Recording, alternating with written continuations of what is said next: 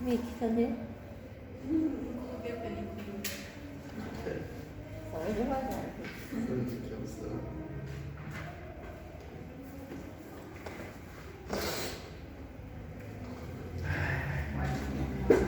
Buenas tardes. Buenas tardes. Yo me llamo María Monzón, soy abogada desde el semestre pasado. Estoy llevando todas las materias que del profesor Gabriel, que él es el titular de la materia. Pero como él fue designado fiscal, entonces él está más trabajando, como yo le digo a los alumnos que ya fueron mis alumnos el semestre pasado, es conmigo todos los trabajos, prácticamente soy yo la que voy a venir en todas las clases.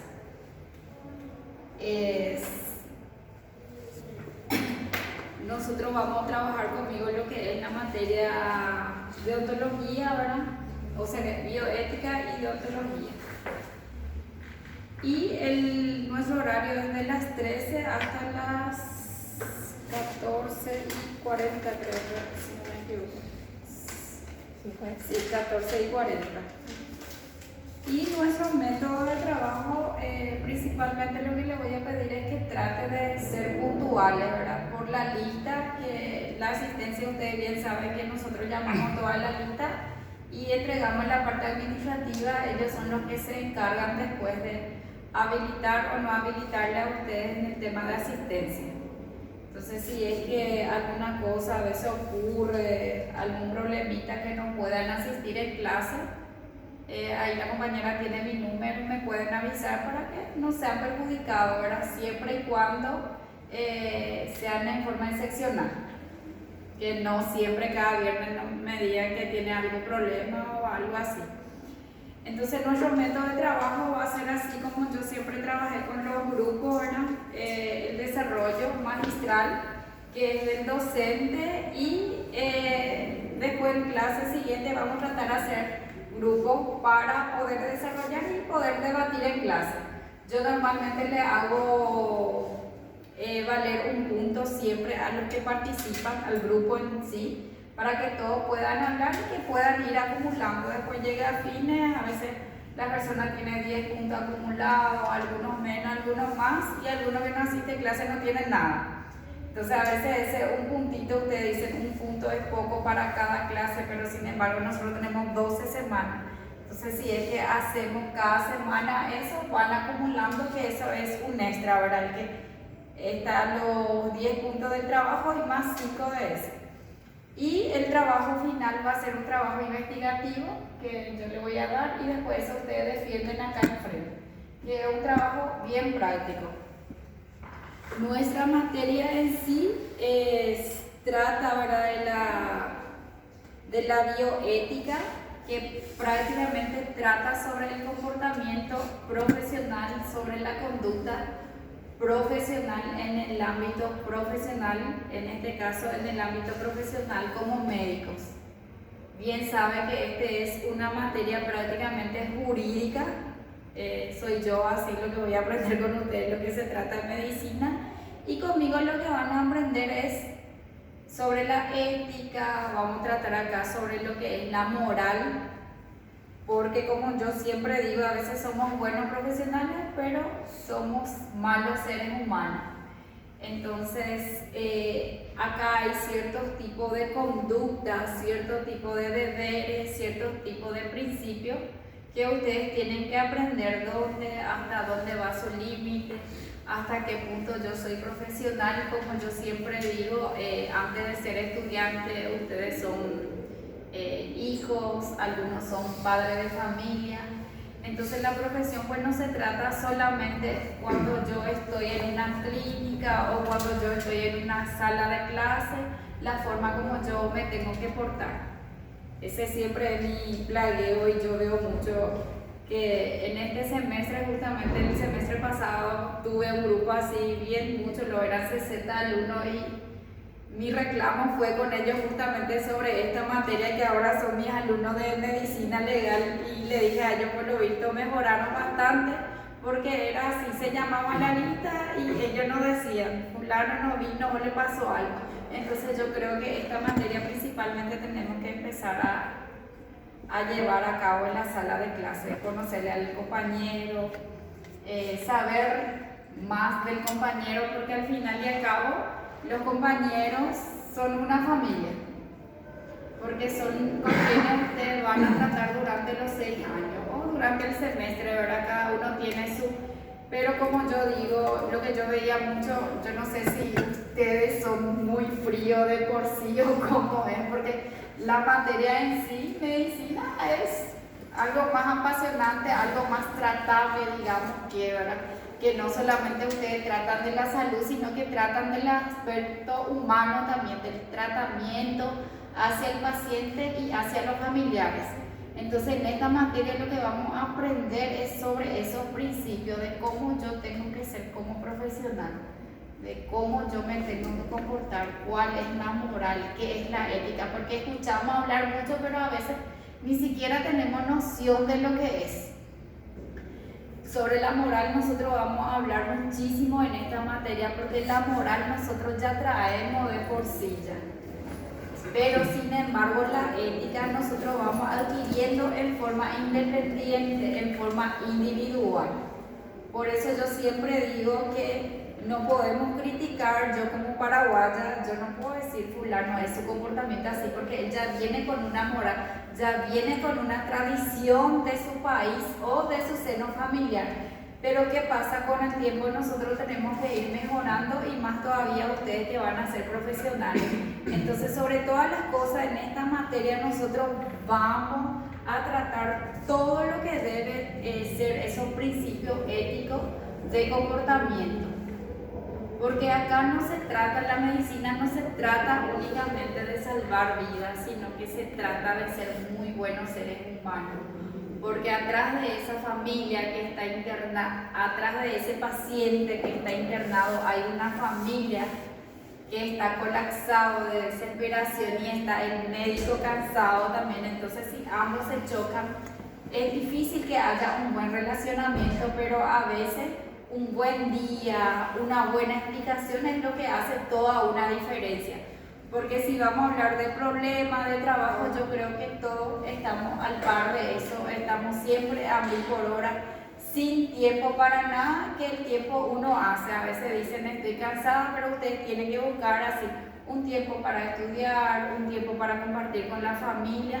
Entonces de eso más trata, en qué momento yo, desde cuándo soy profesional, desde cuándo. Entonces yo siempre pongo un ejemplo, no adelanta que Andrés sea un buen médico, pero Andrés no salude, que Andrés se emborrache por la calle, a pesar que hablamos de una vida totalmente independiente fuera del profesionalismo. Siempre hay cosas que fuera de ese ámbito tenemos que cuidar, porque eso también refleja lo que somos, porque al final lo que nosotros vendemos es imagen y después la parte intelectual. Entonces no adelanta que yo sea un buen cirujano, pero que yo sea una persona intratable. Y existen leyes, existen normas a esa conducta que ampara y que me dice esto puedo hacer, esto no puedo hacer. Entonces es sobre esto lo que nuestra materia va a englobar.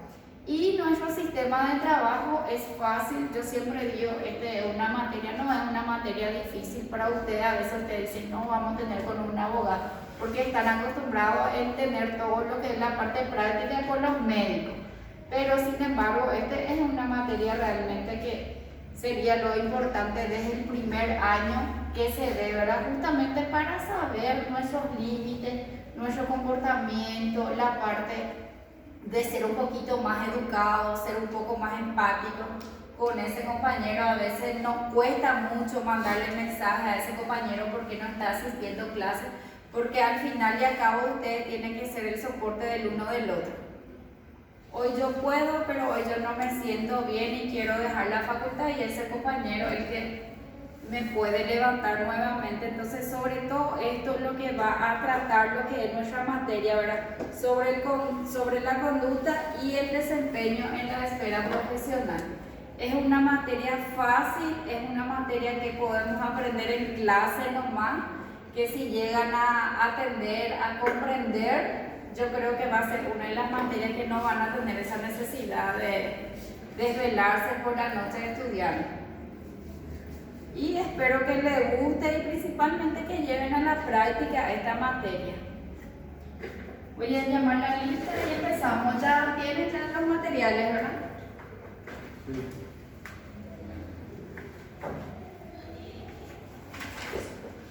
A los que no están en la lista, lo que se va a acercar para que yo le pueda ponerle. Aline, es Andrea,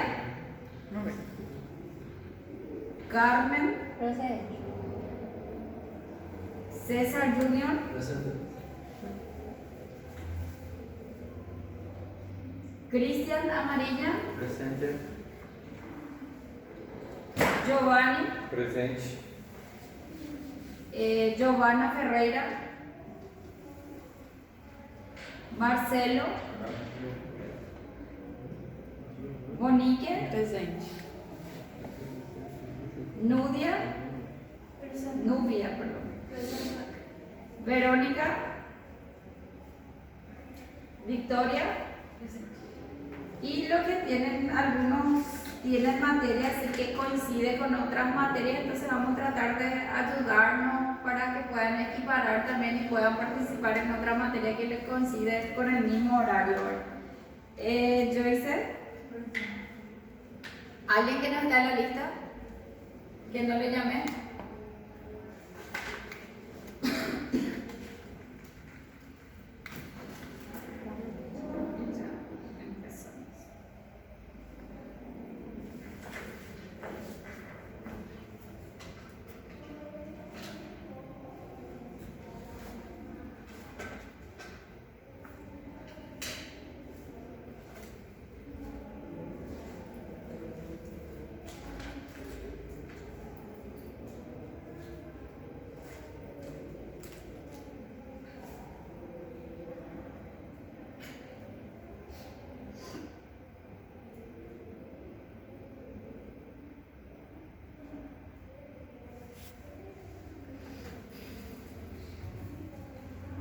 Hoy vamos a hacer así, la próxima clase ya vamos a trabajar por grupo, ahí yo les paso los ítems que van a leer y ven el asiento para poder debatir y para que ustedes también puedan participar.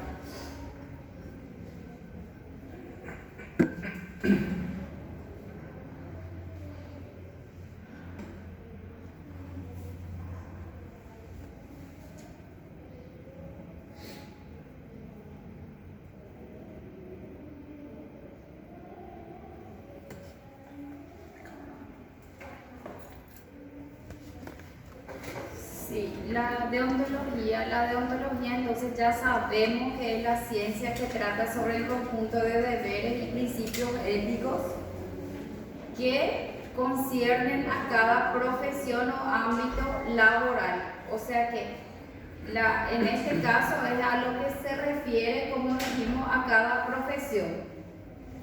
La deontología, por ejemplo, me va a dar a mí ciertos tipos de principios, a mí como abogada, pero al médico otro tipo de principios. Y tiene que tener otro tipo de conducta. La deontología fija las normas que rigen la conducta y el desempeño en la esfera, según las cuales se exige al profesional determinadas responsabilidades en relación con los autos ligados a su campo laboral.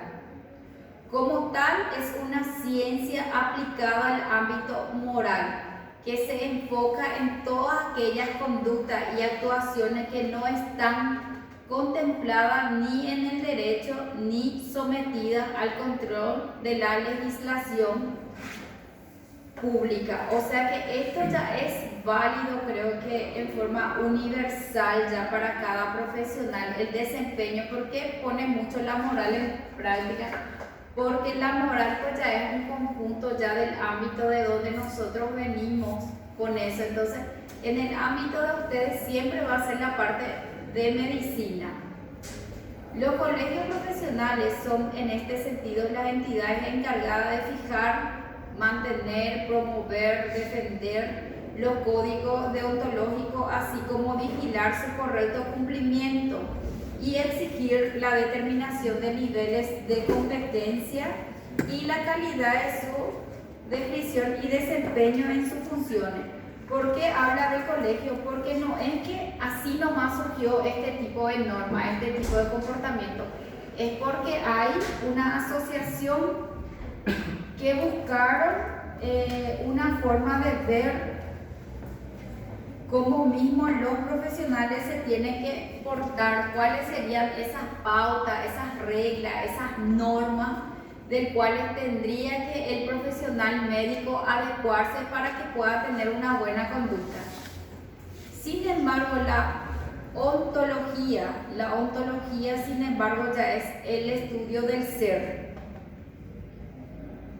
¿Por qué estudia el ser? Porque la ontología es la parte o rama de la filosofía que estudia la naturaleza del ser, la existencia y la realidad, tratando de determinar las categorías fundamentales y las relaciones del ser en cuanto al ser. El ser se refiere a nosotros, entonces la ontología ya estudia el ser, ya le estudia al ser humano, ya de cómo se tiene que portar.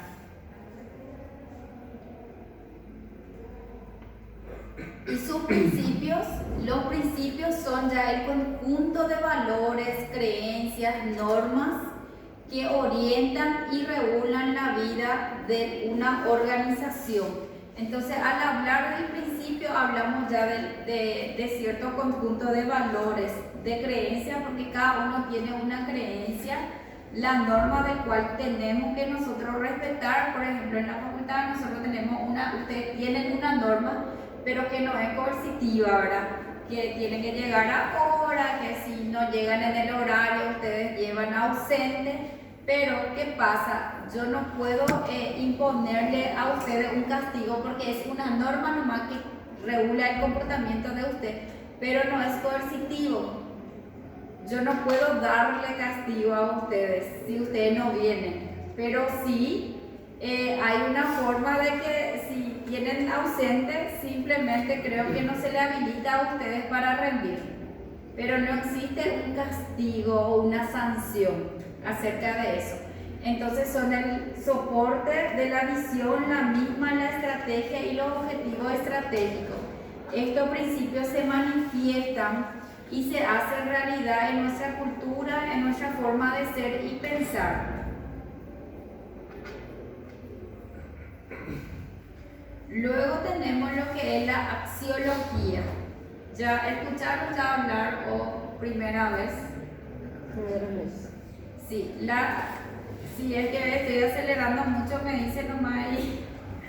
La axiología, por ejemplo, ya la etimología de la axiología nos lleva al vocablo axiología, que a su vez procede del griego, en concreto es fruto de la suma de tres componentes de dicha lengua, claramente. Axio, que puede traducirse como valioso, logos y tratado.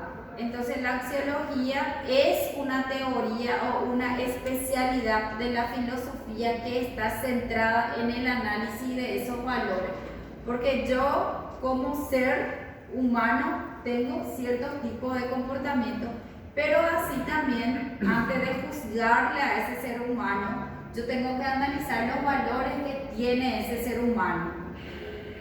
Entonces, para entender qué es la axiología, primero debemos saber qué se entiende de valor, qué es para mí el valor, qué es para ustedes el valor. En el terreno filosófico, en este marco, un valor es una cualidad que todos tenemos, una cualidad que forma parte de una realidad, un objeto o un sujeto.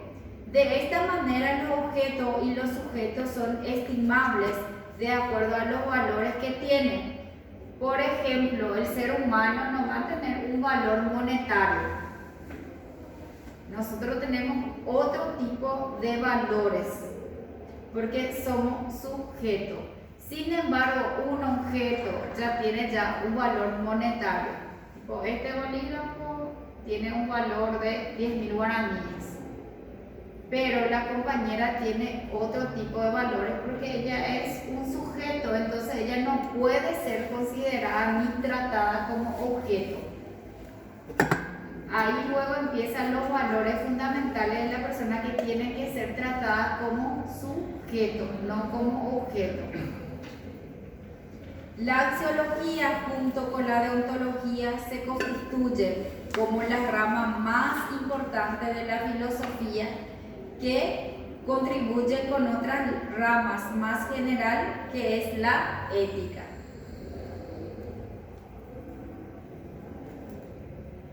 Nosotros vamos a hablar muchísimo sobre origen, importancia, historia de los valores y después me van a decir, pero estas personas ya se murieron todos porque hablamos de ello.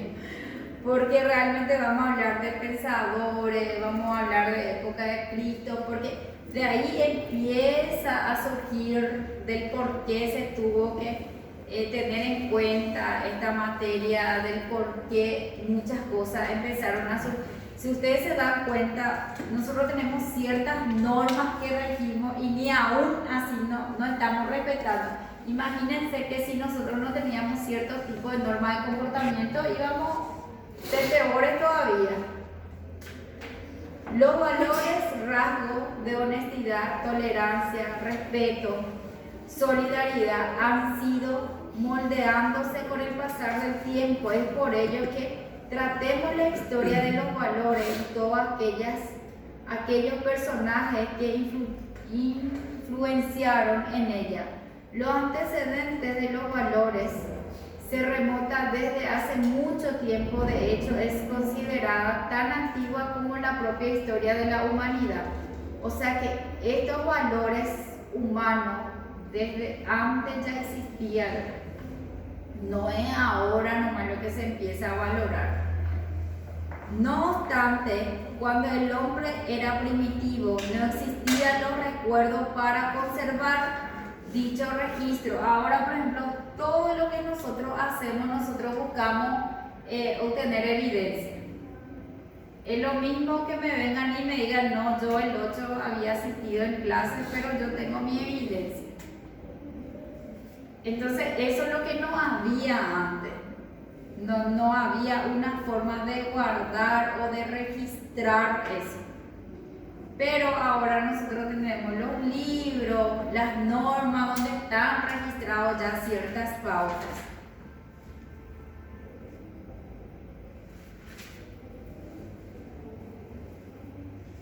Desde entonces siempre ha descrito a valores como virtud, honestidad, responsabilidad, libertad y comprensión, siempre teniendo en cuenta la igualdad del ser humano. A todos, ¿por qué habla de la igualdad de seres humanos?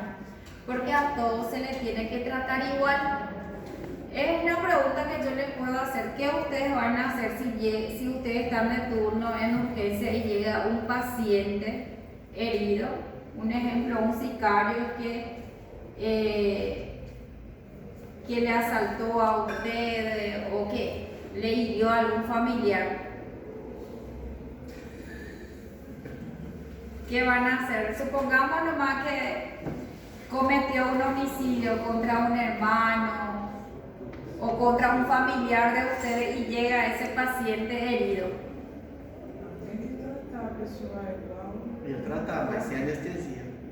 Tiene que tratar, porque si ustedes dejan de atenderle a ese paciente, ustedes van a ser punidos por eso, porque ustedes en ese momento son médicos. Entonces todos los resentimientos tienen que dejar de lado. Como yo digo, no puedo yo tratarle mejor a la persona que tiene más capacidad económica y a los que no son. Cuando ustedes empiezan no sé si ya están practicando ustedes o todavía, cuando ustedes empiezan a practicar, que es un dilema así un poco extenso luego también en la ciudad y yo creo que casi en toda parte del mundo, el tema de los indígenas. Ellos no se quieren bañar, ellos se van en último estado ya en los hospitales y eso. Lastimosamente, Paraguay, acá en Pedro Juan, nosotros no tenemos un pabellón que sea de indígenas nomás. Entonces, prácticamente es un paciente, van a ser pacientes muy paliativos, donde tiene que cuidar que no se baje mosca por ese paciente, O sea que ustedes van a tratar la parte más difícil a veces del ser humano e incluso tratarle otra vez a los familiares que vienen atrás de esos pacientes. Entonces prácticamente al negro, al que tiene deficiencia, a todos se les tiene que tratar igual, sin discriminación. ¿Por qué? Porque la profesión de ustedes no admite el maltrato luego, para empezar. Porque después nosotros vamos a estar hablando de que si yo le trato mal a esta persona, ¿cómo se me puede sancionar? Porque hay leyes, hay ciertos tipos de conducta, por ejemplo, que sí son sancionables. Acá, por ejemplo, en la odontología te enseñan a mallar, ay no, cómo yo tengo que ser como un profesional. Pero después ustedes tienen otra vez ciertas normas internas que es de los lugares donde van a trabajar, donde van a tener cierto tipo de normas, cierto tipo de comportamiento donde tienen que respetar, como yo siempre digo, pero mi vida es privada fuera del hospital. Súper bien, la vida de cada uno es privada, pero es lo mismo que pasa conmigo como docente. A veces yo también me quiero ir en los bares a tomar, a bailar, pero me ve un alumno y me va a decir, Dios mío, la profe está enargelada en la sala de clases, pero fuera había sido el ocaso. Pero es lo que pasa, más que yo sea buen profesional, si ustedes ven esa parte mía personal, van a comentar. Entonces, más que sea así muy subjetivo, tenemos que tratar de cuidar. Por eso muchas veces cuando uno es profesional realmente ya lleva una vida un poquito más restrictiva.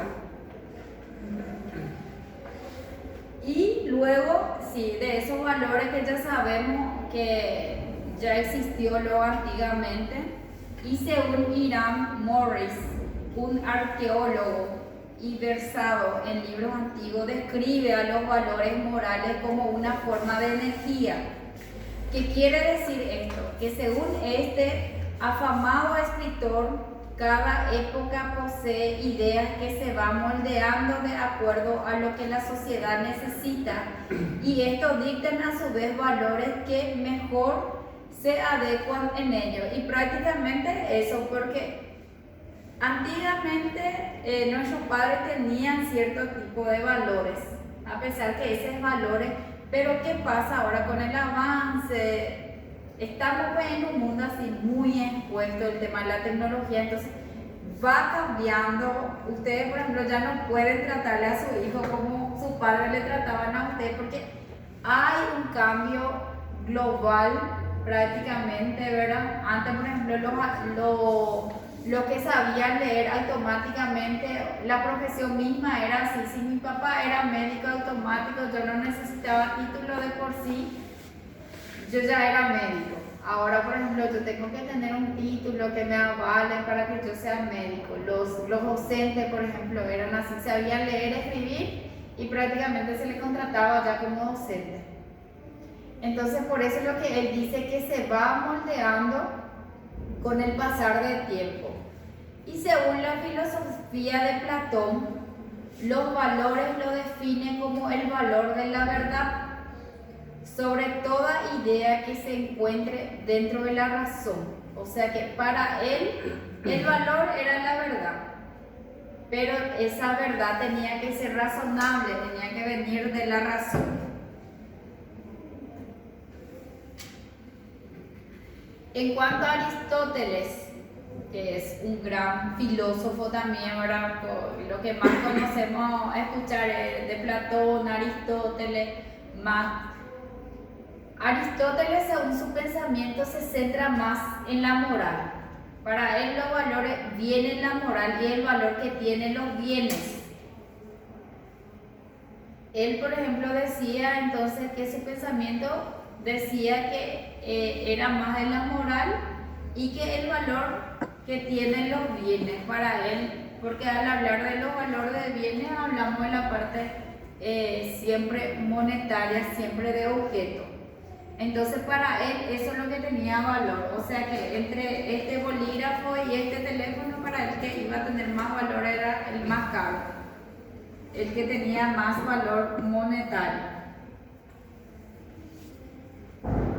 Sí, estos pensamientos filosóficos se desarrollaron aún más en los siglos XVII y XVIII, donde los valores se centran más en la parte humana y el precio que ellos deciden darle. ¿Se acuerdan que antiguamente, por ejemplo, había los esclavos? Y el que tenía más condición económica le contrataban a esos esclavos y ellos le ponían un valor al esclavo. La gente que tenía más capacidad económica le contrataba al esclavo, y algunos, por ejemplo, solamente le daba comida al esclavo, otros le daban casa, pero sin embargo nunca eran remunerados por el trabajo que ellos ejercían. Entonces por eso lo que dice es que se centra en un valor, pero ellos le dan otra vez un valor a esos objetos. En finales del siglo XVII, XVIII y XIX, el pensamiento alemán sobre los valores humanos se eleva y amplía mucho más en el concepto vinculando al hombre y al bienestar económico, siempre tomando como principal objetivo la posición del ser humano, en qué posición ese ser humano se encuentra.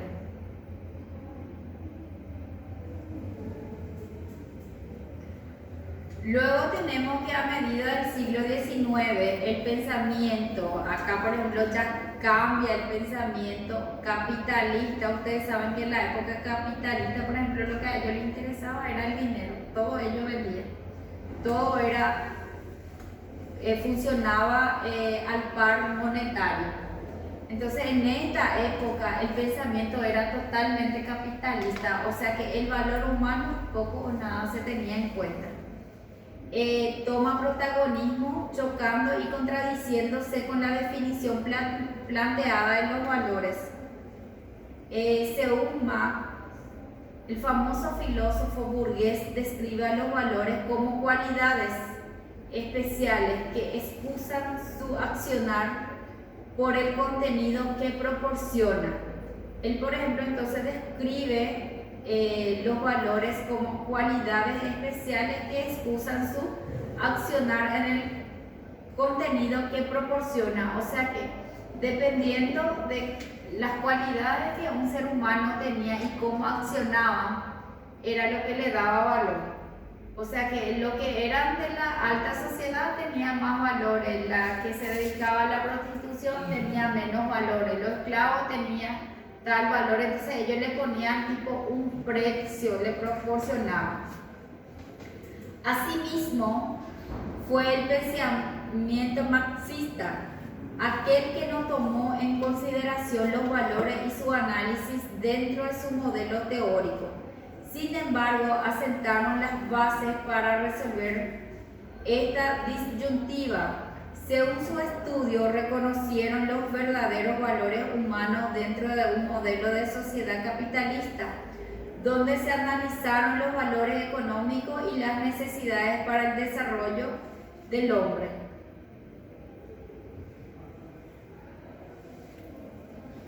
Y toda esta postura, porque cada filósofo tenía una postura acerca del valor, cada uno constituía un modelo de valores, o sea que para Aristóteles era una forma, para Marx era otra forma. Entonces cada filósofo tenía un posicionamiento acerca de eso, donde demuestra que los valores no solo se involucran dentro de la sociedad y el ser humano. El significado de valores, además de descubrir las necesidades fluctuantes de una persona, también toma en consideración las necesidades naturales y sociales. En conclusión, entonces, en la historia de los valores humanos nace una conexión. Entonces, en los valores humanos ya sabemos que nace una conexión que establece el ser humano con todo y no el simple individualismo. O sea que siempre buscando un bien para la sociedad, no en forma individualista. A pesar de que, si bien es cierto, se cumplen un rol bastante importante dentro de los mismos, Los valores no se definen solo por la actividad de una persona, ya que como se mencionó anteriormente, no son actitudes personales. Estas se encuentran determinadas por lo que rige la sociedad como un todo. O sea que dice que según las actividades de las personas también, pero no solamente eso, porque ¿qué pasa? A veces existe varias familias, por ejemplo, que ya viene de una familia que no está bien establecida. Entonces a veces ¿qué pasa? Viene de una familia donde papá y mamá son borrachos y la criatura o la persona crece ya siendo delincuente, o sea que él no es culpable de esa actitud donde él creció, donde se le determinó a él por su comportamiento. Entonces esto engloba otra vez una sociedad, porque hoy en día hay muchas personas que se drogan, el tema de violencia, el tema de abusos sexuales viene dentro del seno familiar. El abuso sexual casi nunca viene de afuera, siempre viene de adentro, de papá, de hermanos, de tíos, de gente que frecuenta la casa. Ese es un dilema, una discusión bastante amplia, porque yo siempre digo, no puede ser que una mamá no se dé cuenta que su hijo esté siendo abusado. Imposible que no se dé cuenta. Lo que pasa es que muchos hacen caso omiso a eso. ¿Por qué? Porque se enamoró, porque no quiere perderle a su marido, porque... Entonces muchas veces, porque el tema del abuso ya surgía ya de antes. Ahora no es lo que se pone muy a público, y el tema de violencia familiar también, que es un dilema bastante amplio, porque en este caso es la mujer que es víctima la que tiene que ir a hacer la denuncia. Y siempre la mujer que es abusada te pone mil excusas por el cual no le deja al marido, porque depende de él económicamente. Eso es una excusa porque es obvio que no va a ser fácil, pero es sin embargo determinar ciertos tipos de valores y decir hasta acá yo llegué, yo tengo fuerza, yo voy a salir a trabajar. Entonces normalmente las mujeres que sufren abuso es porque no quieren también dejar la vida buena que está llevando. Eso es la realidad. Ahí después que busca a esa mujer que es abusada, le culpa a la sociedad, al ministerio público, al juez, al policía que no le hizo caso y que esperó que se muera. Entonces es un dilema así un poco muy amplio, porque ese le corresponde a la persona que está pasando el abuso, que está sufriendo el abuso. Entonces, a pesar que uno quiera poner mil excusas, sin embargo, cuando se trata del niño, todos somos partícipes. Ustedes, por ejemplo, están en un hospital, llega una mujer con múltiples golpes. Ustedes lo primero que le van a venir por la cabeza es que está siendo abusada por su marido. Pero si ustedes llaman al ministerio público, van a venir, van a tratar de darle su declaración. Ustedes ya van a hacer como médicos lo que corresponde, pero si ella dice que ella se cayó y se machucó, se va a tener en cuenta la declaración de ella. Pero, sin embargo, cuando llega un niño y tiene algún tipo, sea cual sea en la parte íntima, la obligación de ustedes es dar aviso al Ministerio Público. Ese es primordial luego, porque a veces la criatura tiene alergia nomás, está bien, pero ustedes ya hicieron ya su parte. Y a veces sí, porque fue abusado, y imagínense, después de 2 o 3 días fallece esa criatura, se le hace la autopsia y aparece que tenía abuso continuo, y quien le atendió días antes fue el médico. Entonces ahí recae la responsabilidad exclusiva encima de ustedes. Entonces son a veces cosas simples, pero son cosas que ustedes tienen que saber hasta dónde ustedes pueden hacer y hasta dónde no. ¿Alguna pregunta hasta acá?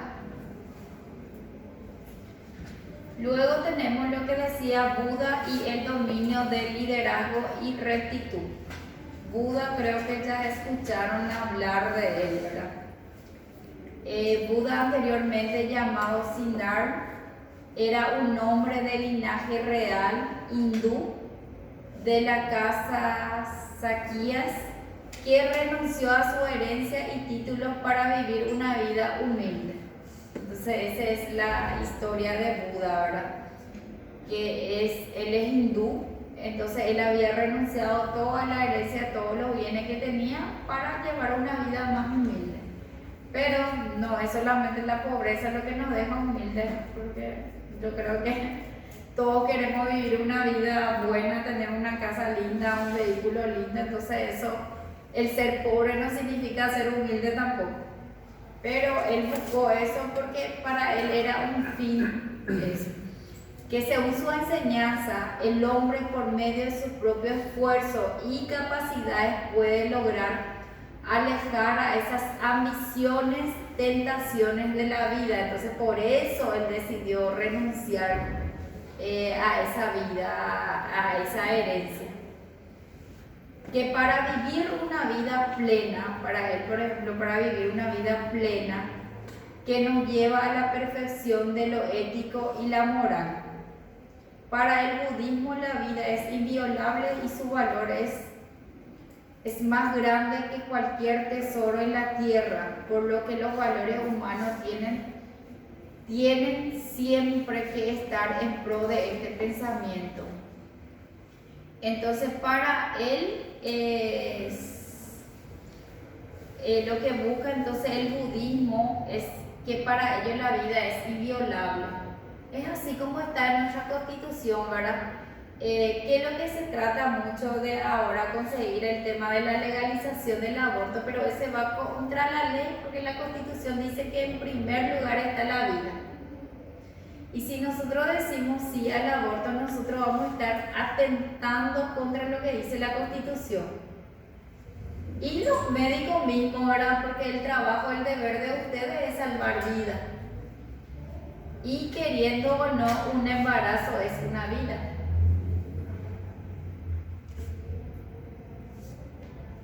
Luego le tenemos a Confucio y sus enseñanzas.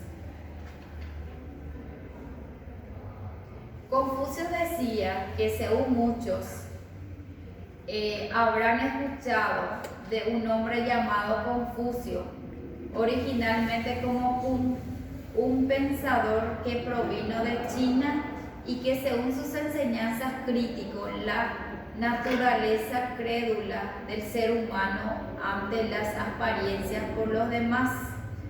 Para él, el ser humano debe mantener una buena conducta en la vida. Él decía que el ser humano tenía que mantener una buena conducta en la vida, al igual que el Estado de un país donde las bases sean la caridad, la justicia y el respeto. Pero además de esto, el hombre debe ser garante. ¿Por qué garante? De mantener tradiciones y el estudio, así como mantener virtudes como la tolerancia, la bondad, compasión, respeto y los demás. Acá, por ejemplo, cada pensador va hablando acerca de esa conducta, acerca de los valores, hasta después vamos a llegar otra vez a lo que estamos hoy en día. Entonces, desde antes ya luego existían estos valores, estos tipos de comportamiento que llevamos, pero cada pensador tenía una idea acerca de eso. Algunos le daban valor económico, así como Confucio dice que tiene que existir bondad, tolerancia, compasión. Y luego le tenemos a Sócrates y a la humanidad. ¿Qué es lo que Sócrates decía? Sócrates ya sabemos que es filósofo de origen griego, considerado uno de los pensadores más grandes de todos los tiempos, porque el que más escuchamos es Sócrates, Aristóteles. Yo creo que esos nombres lo que jamás olvidas de él. Fue un maestro de Platón. Platón fue su alumno y a su vez de Aristóteles, que hacen de ellos tres los representantes de la filosofía griega antigua. Entonces nosotros tenemos tres representantes de la filosofía griega antigua, que es Sócrates, Platón y Aristóteles. Para Sócrates, una sociedad sin normas no tiene vida y no puede desarrollarse bien, sin importar las normas que tengan esta sociedad. Viviría un caos según su propuesta. Las normas morales no provienen de ningún Dios.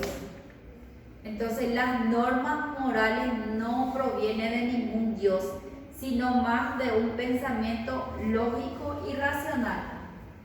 El raciocinio, por ejemplo, es la única diferencia entre el hombre y los animales, porque nosotros razonamos, nosotros pensamos antes de hacer cualquier tipo de cosa. Entonces él dice que no proviene de Dios, que yo no mato porque Dios me va a castigar. Para él proviene de un pensamiento lógico y racional, dice. Y nos daremos luego cuenta porque el sicario, el bandido, a veces tiene devoción a Dios, pero igual comete ese tipo de delito. Entonces hacen en forma racional, porque su pensamiento, su lógica le dice que tiene que hacer, que para ellos es un trabajo, y para nosotros el homicidio es un delito demasiado grave, que tiene una condena de 30 años. Para lograrlo, según este filósofo, es necesario tener claro los conceptos de bondad, justicia y todo término moral. Asimismo, es necesario reconocer la justicia para saber que es justo, así como el obrar el bien. Yo tengo que saber la justicia para saber si esto es justo o injusto. Para Sócrates, una sociedad sin norma moral no tiene vida y no puede desarrollarse bien. Entonces, para Sócrates, una sociedad sin normas morales no tiene vida. Porque nosotros sabemos, así como yo le digo a ustedes ya saben ciertas normas del cual tienen que respetar, pero ni aún así a veces queremos cumplir. Imagínense si nosotros no teníamos esa norma. Entonces, por eso es lo que él dice que tiene que haber. Para lograr, según este filósofo, es necesario tener claro los conceptos de bondad y justicia y todo término moral. Asimismo, es necesario conocer la justicia para saber qué es justo, así como obrar bien. Yo tengo que saber sobre la justicia para saber si eso es justo o injusto para mí. Y en conclusión, tenemos los valores humanos surgen en relación a la práctica que establece el hombre. Entonces los valores humanos surgen en relación que establece el hombre y no el simple conocimiento de las cosas por el individuo. No es porque yo conozca nomás algo sobre esta persona o yo le critico a él, que por eso yo tengo que quitar esa conclusión. Si bien es cierto que las necesidades del hombre desempeñan un papel importante en el surgimiento de los valores, no implica que la actividad individual haga que los valores sean también personales y puedan determinar por la sociedad y no por un individuo aislado. O sea que al final nosotros necesitamos todos otra vez uno del otro.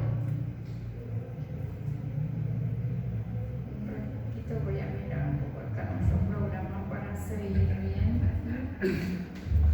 Doctor, solo tomamos 5 minutos de tomar agua. ¿Quieren salir para tomar? Y ahora son 10 y 25 volvemos entonces. 15 minutitos y volvemos para que no duerman todos.